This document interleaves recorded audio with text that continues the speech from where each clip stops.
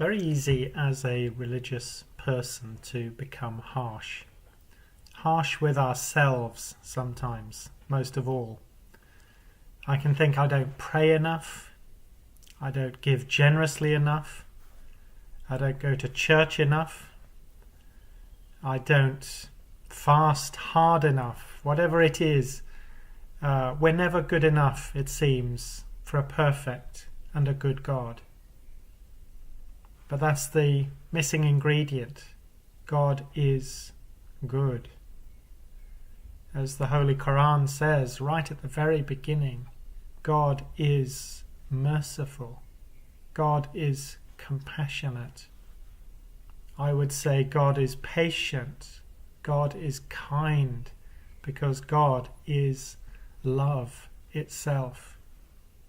We need to let God love us and be kind to us. And sometimes we can be the harshest critic of ourselves as religious people. If we're harsh on ourselves, so often we're harsh then on others. We look to them and say, they do not pray as much as me. Here's my cat coming to be kind to me. They do not go to church as often as I do. They're not fasting properly in Ramadan or Lent or whatever it is. But we need to be merciful and kind to them, as God is merciful and kind to us. One discipline I think I would recommend for Lent, or for daily life, or for Ramadan, for whatever it is, the discipline of thanksgiving.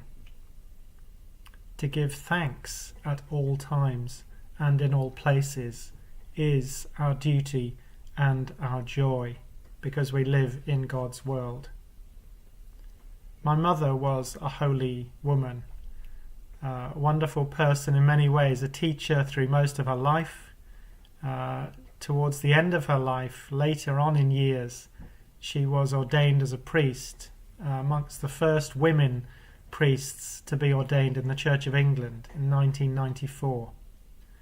As she came to the end of her long life at Christmas time, and when she died, obviously we began to look through some of her things we'd not seen before. Amongst them was a book, a simple jotter with 2 lines for every day, and it became her diary of thanksgiving. At the end of every day, however difficult that day had been, however annoying other people had been, or whatever it was, however fed up she was with herself, she always made space to write a thanksgiving. Something, some person, some moment, some unexpected kindness she'd received. Something beautiful in the world, however small, that she'd seen on her travels that day. She always made a point of writing it down day in, day out, week in, week out, for year after year, her diary of thanksgiving. So if you're looking for a new discipline this Ramadan, or after Ramadan, perhaps think of that, a diary of thanksgiving, giving thanks to God, who, thank God, is patient, is kind, is infinitely merciful and compassionate, and loves you more than you will ever know. Thank you.